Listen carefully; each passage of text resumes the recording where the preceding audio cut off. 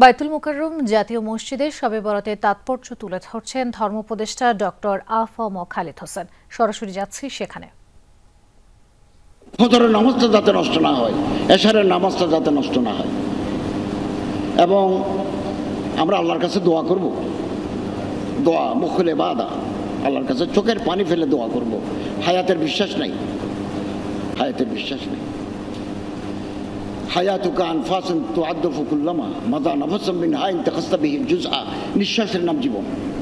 এই যে আমাদের একজন উপদেষ্টা জনাব হাসান আরিফ রাহিমাহুল্লাহ মারা গেলেন, 2 দিন আগে আমরা একসাথে মিটিং করেছি স্বরাষ্ট্র উপদেষ্টার অফিসে, হাসাহাসি করেছি, কিন্তু আমরা জানতাম না ওনার হায়াত নাই।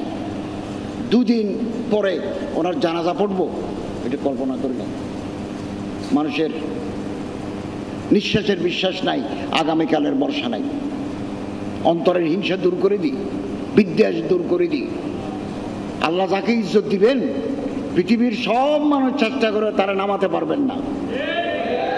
হাদিস হাদিস, আল্লাহ যারে ফেলে দিবেন, ডাউন করে দিবেন, পৃথিবীর সব মানুষ চেষ্টা করে তারে তুলতে পারবেন না। এটা সরাসরি যুক্ত হয়েছিলাম বায়তুল মোকাররমে।